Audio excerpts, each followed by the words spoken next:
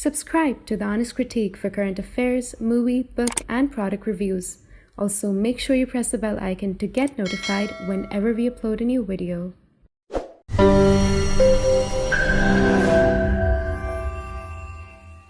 The views, information, or opinions expressed during the video series are solely those of the individuals and do not necessarily represent those of The Honest Critique and its employees. The following video contains strong language which may be offensive to some viewers. Viewer discretion advised. So hello and welcome to a very special episode we are recording today. I'm delighted to be joined by Guy Nir, the spokesperson for the Israeli Embassy. So thank you so much, Guy, for taking your time and speaking to us. Hi, thank you for having me. In a recent interview, the Iranian Ambassador to India claimed that Iran's missile strikes targeted Israel's military bases and reduced its military capability, and also alleged that Israel's failure to intercept these missiles, which is the failure of the Iron Dome. So how does the Israeli government respond to this accusation? Okay, first of all, we don't respond to the accusation because it's complete nonsense. Everybody that watched the interview yesterday was laughing at the TV because it was 1 hour of complete lies from beginning to end. The Iron Dome worked excellently. We have other systems, not just the Iron Dome. We have the Arrow and others that I cannot elaborate on. And the percentage of missiles we were able to take down is astonishing. Yes, some came through, but some we let go through. Okay, so if we see a missile that the trajectory is going to hit the sea, we're not going to waste an Iron Dome to take it down. We can just crash into the sea. If we see one that is the trajectory is going to make it fall in an open area with no casualties, we're not going to waste a weapon because these are very expensive for us. So our systems are smart enough to calculate which ones we should take down and which ones we shouldn't. The ones that we calculated we need to take down, we took down. The ones that we calculated we don't need to take down, we didn't. So that accusation was complete bogus. And the other thing that he accused, and this is the last question I want to ask about that interview, is that he labeled Prime Minister Netanyahu as a hijacker, accusing him of destabilizing the region for Israel's expansionist goals. And furthermore, he mentioned that the reason why Iran attacked Israel was to stabilize the situation in the Middle East. So could you expand a little bit on this, about the characterization and what is probably your response going to be after Iran's attack on Israel? That is completely hysterical. Like you are going to launch missiles at Israel to try to stabilize the Middle East. It's like me eating desserts because I want to lose weight. Makes no sense. The Iran regime has been fueling up the ring of fire around Israel for decades.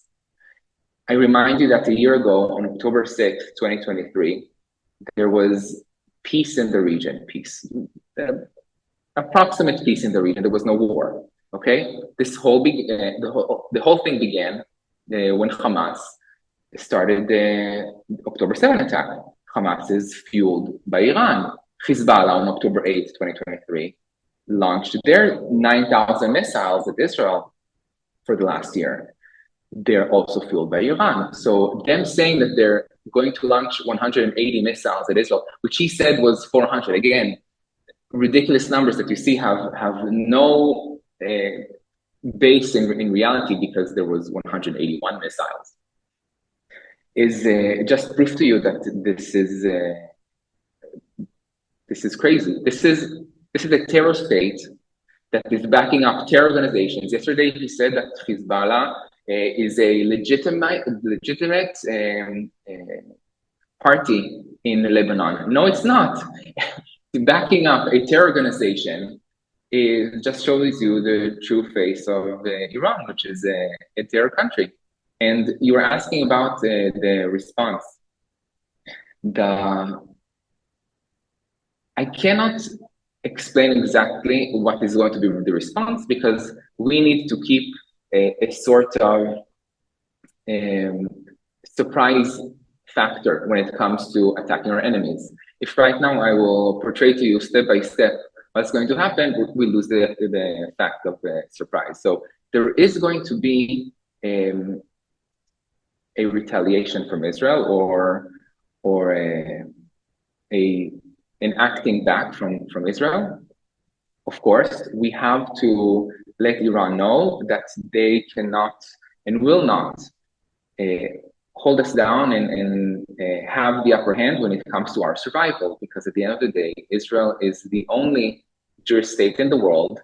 There's dozens of Arab states and Muslim states around the world, which is fine, but coming to attack the only Jewish state, you're going to get screwed, and we have now the capabilities to do that. And the reason why I asked you the last question is because we have been hearing a lot of chatters about Israel's supposed plan to attack Iran's oil facility rather than attacking a military target. And we have seen even the former Prime Minister Ehud Barak comes and talks about it. So, is there a plan to attack Iran economically? I can't elaborate exactly on what the plan going forward is going to be, again, for the element of surprise. But I can say that all the options are factored in. We are looking for long-term solutions because we don't want to have this go back and forth every 2 weeks, right? We want to have a long-term solution. So we're looking at all the options at hand, and nothing is off the table. I want to specifically ask a couple of questions about Iran's attack. So one of the things that the Iranian media has claimed, and even the ambassador claimed as well, that they have significantly destroyed Israel's capabilities in one of the air bases, which of course the Israeli government didn't comment a lot on it. But has there been any significant damage, if not just the air base, but altogether if you look at in Israel? Because we haven't seen any casualty number except one person in Jericho that is also a Gazan citizen who was killed. Is there any significant casualty or damage been done after the Iranian attack? Casualties, no. And that just shows you the great strength of Israel when it comes to protect itself, right? You have 180 ballistic missiles launched at Israel and no citizen gets hurt. Where in the world will that happen? First of all, having 180 missiles launched at any country, and second, no civilians getting hurt. So the defense capabilities are good. The second question you had was about infrastructure. And I was answering before that, yes, there were some missiles that fell in open areas. I believe one fell in close proximity to an Air Force base. Whether it fell inside or outside, I do not know. But even if it did, the amount of destruction would have been minimal. These bases are very widespread. So even if it were to hit a building, it will only impact that single building. And when talking about Air Force bases, the buildings are a bit small. It's like 30 feet by 30 feet by 20 feet, so it's not that big. So even if it were to hit something, it would have hit one of those buildings, and one building damage is not the end of the world. We'll see how we retaliate. Yeah. What happened on a few days back when we saw Iranian missiles coming in Israel? And that was, of course, after, for example, Hassan Nasrallah was eliminated and a lot of other top Hezbollah leaders were targeted. Does this missile attack on Israel by Iran anyway change Israel's game plan in the future in Lebanon, or Israel will continue to operate irrespective of what Iran chooses to do? No. So our plan for Lebanon and our plan for Gaza and our plan for Iran needs to be different. I mean, they're all connected under one umbrella, but we are operating differently because in north of Israel, we have Hezbollah at our border, and it's one specific kind of enemy that we need to eliminate. We need to push that enemy away as far as we can from our borders. In Gaza, it's a different kind of enemy, and we have different tactics in operating with them. And Iran, it's a third kind of enemy. We are working at all angles simultaneously, but and they do affect each other. But we are continuing to operate. Right now, the threat on north of Israel is continuing to be there, and we have to remove it so that our citizens can go back to live in their homes that they have left for almost a year now. In October 8th, which is in, I think, 3 days, it will be a year since they left their homes. They have to go back. So it doesn't affect Israel's strategies in the region in any ways. Not that I know of, no. Okay. So I'll move forward and I'll ask you a question about what's happening inside Iran yesterday. And we saw after a long period of time, Ayatollah Khamenei came and led the Friday sermon, and he spoke about that this was the minimum punishment for Israel's action and emphasized that the excess of resistance will not back down, despite losing key leaders like Hassan Nasrallah. Now, given Khamenei's assertion that Iran and its allies are prepared for continued aggression and view this missiles strikes as just the beginning, how does Israel plan to counter his intensified military and ideological threat from Iran? If you could explain a little bit about that. Okay, so first of all, Iran, Iran is not a force that we undermine. Iran is a strong force. They have been building their capabilities and the axis of terror around us capabilities for decades now. And we're very much aware, and we take that into consideration. And our prime minister have came to the UN time and time and time again over the last decade, warning the world from Iran capabilities. From Iran capabilities, and no one really took notice or cared. And now we see Iran's capabilities, and they're alarming. About his speech, he said that this is to fight back for what Israel has been doing. Excuse me? What Israel has been doing? A year ago, Israel did nothing. Israel was celebrating a holiday, and Hamas launched an attack, and Hezbollah launched an attack. And who was backing up these groups of terror? Iran. They're fighting us back for what? For defending ourselves, for wanting to bring our hostages back, for not allowing Hezbollah to shoot missiles at us, for eliminating Nasrallah, who has been killing thousands and thousands of people for decades. They're fighting us back for what? For defending our people? This is bogus. This goes back to what I was telling you about the interview yesterday with the ambassador of Iran. It's just a speech of lies. For every sentence that he has, I have a counter sentence for how stupid he sounds.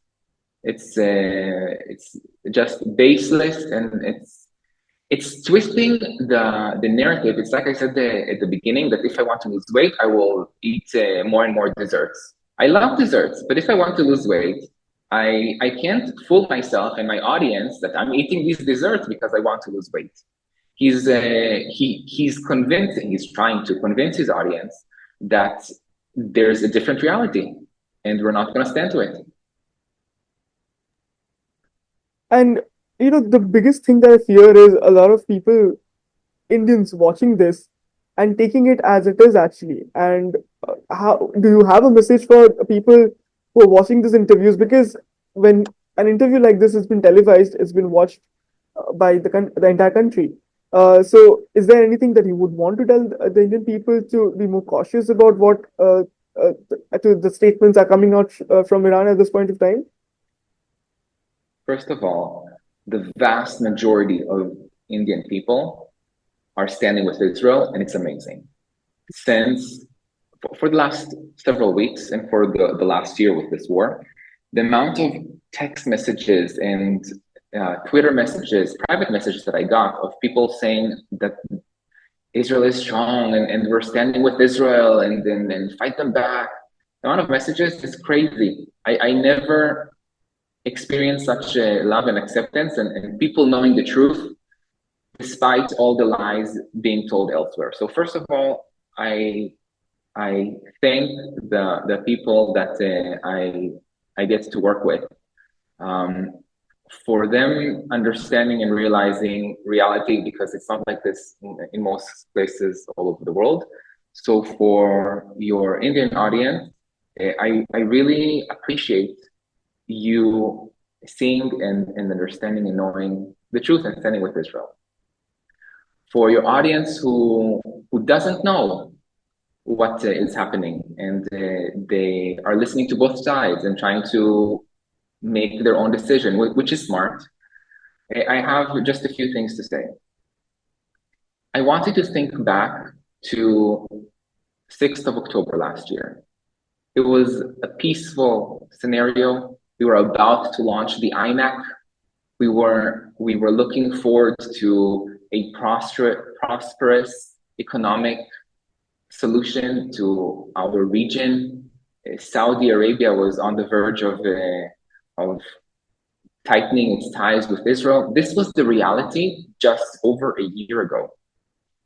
And this entire thing destabilized by what Hamas, Hezbollah, and Iran did.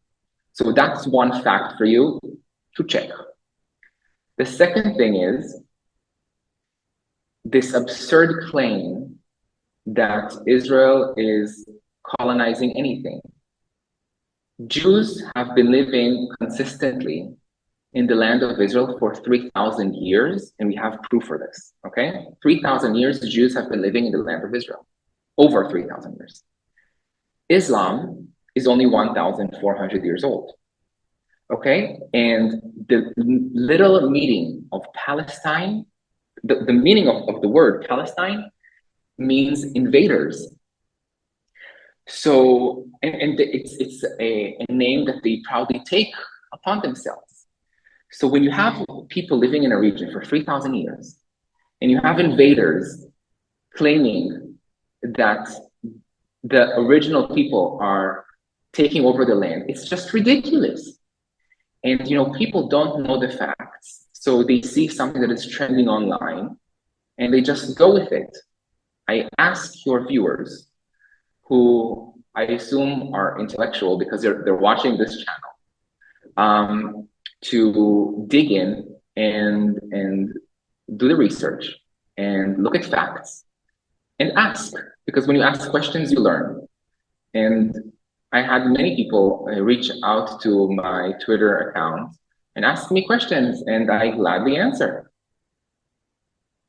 And I invite people to just make themselves knowledgeable, because the situation in the Middle East is a tricky situation. It's not going to go anywhere anytime soon.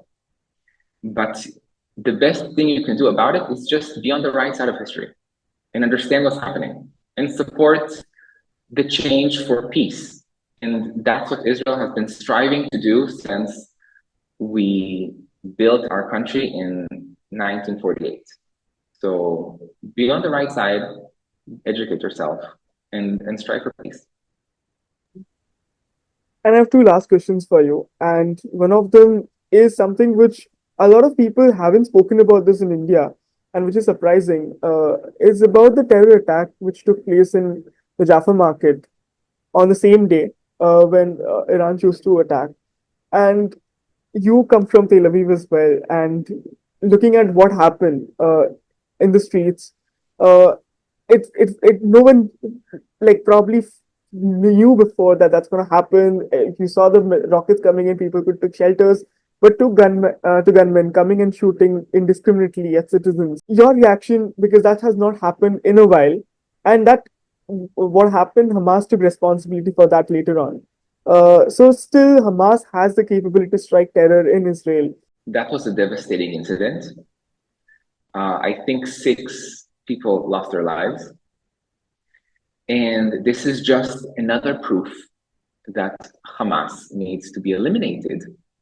Hamas doesn't want peace. Hamas doesn't want ceasefire. Hamas just wants to kill more and more innocent civilians. In their charter, they're saying that they want to kill every last Jew in the land of Israel. Now, when it's in your charter, you gotta believe what they say. This attack, you're right, we hadn't had this kind of attack for a long time. Was an unexpected, devastating surprise. My best friend lives a minute walk from there. And as soon as I saw it, I called to her frantically to make sure she's all right. She didn't answer, but later I got a hold of her and I understood that she's okay. But this is very alarming. This is the heart center of Tel Aviv. Millions of people go there every day. Imagine if something like this were happen. You don't have to imagine. Something like this happened in Mumbai in 2611, just a few years back. So this is, when I talk about terror, India is no stranger to, unfortunately, India is no stranger to terror. So you understand the situation similar to us. This is a recent devastating event, and just another example that Hamas needs to be eliminated as soon as possible. And before I let you go, I want to ask you about the recent escalation and the idea of ground operation that we've seen in southern Lebanon. So how is Israel ensuring the protection of its northern cities? And we have seen limited ground operations beginning, particularly in the light of Hezbollah's rocket capabilities. Could you expand a little bit about what's happening in the northern borders and what's Israel's plan look like in the northern borders? Okay, so for the last few decades, I don't know exactly how many years, but 20 plus years, Hezbollah has been on our border, launching missiles at Israel every now and then. Here, 2 missiles, there, 3 missiles, like that. Since October 8th, they've begun launching a barrage of missiles again and again and again and again and again. To the extent that it was no longer safe for the residents of northern Israel to live there, and they all evacuated. I'm sure that you remember a few months back when a missile was launched at Majd al-Shams and killed 12 children playing on a soccer field. They don't care who dies. They want more civilians to die. These are those civilians, which means it's like a niche of Islam. I'm making this very broadly, but it's a bit closer to Islam than it is to any other religion. So they don't care if they're not Jews. That was my intention. They just want Israeli civilians to die. After 11 and a half months of not being able to focus on 2 fronts because we were focused on Gaza and we were pleading for diplomatic solutions with Lebanon because we can't live like this with a barrage of missiles launched at the north of Israel every day and people are scared for their lives. After 11 and a half months, we decided no more, and we launched an attack back at Lebanon. That's when Hezbollah's officials were killed. And in the last week, we also decided to have a ground operation because it's not enough just to have an airstrike. We also have to make sure that they have lots of underground tunnels. We need to dismantle them. We need to bring peace. We need to bring quiet to the north of Israel. And for that, we need ground operation. Devastatingly, 2-3 days ago, in the first operation, we had 8 soldiers that were killed in combat. And it's devastating to us because we don't want to be there. We withdrew from southern Lebanon in 2000. So we haven't been there for 24 years. In these last 24 years, they have been building underground tunnels, and they have been stocking up loads, tons, hundreds of tons of ammunition inside civilian homes, because you can't target a civilian home, right? So it's a good place to hide ammunition. The amount of missiles, the amount of ammunition that we found was crazy inside each and every home. And we understood that we have to go in and confiscate this material, and so that we don't have to destroy all the homes of all the people living in South Lebanon, because that's not something that we want to do. That's why we started the ground operation. Ground operations are never an easy task. They always put our soldiers in danger. And unfortunately, we saw this just a few days back. We don't want these to be long. If needed to, they will be long. But we ideally want UN Resolution 1701 to be implemented, which means that Hezbollah withdraws from the border of Israel and goes up north all the way past the Litani River. That's what the resolution says. Resolution from 2006 that hasn't been implemented yet. We want resolution 1559 to be implemented. Resolution that says that Lebanon needs to dismantle Hezbollah altogether because they're a terror organization. This is not happening. And these are resolutions that were made in 2004 and 2006 and need to be implemented.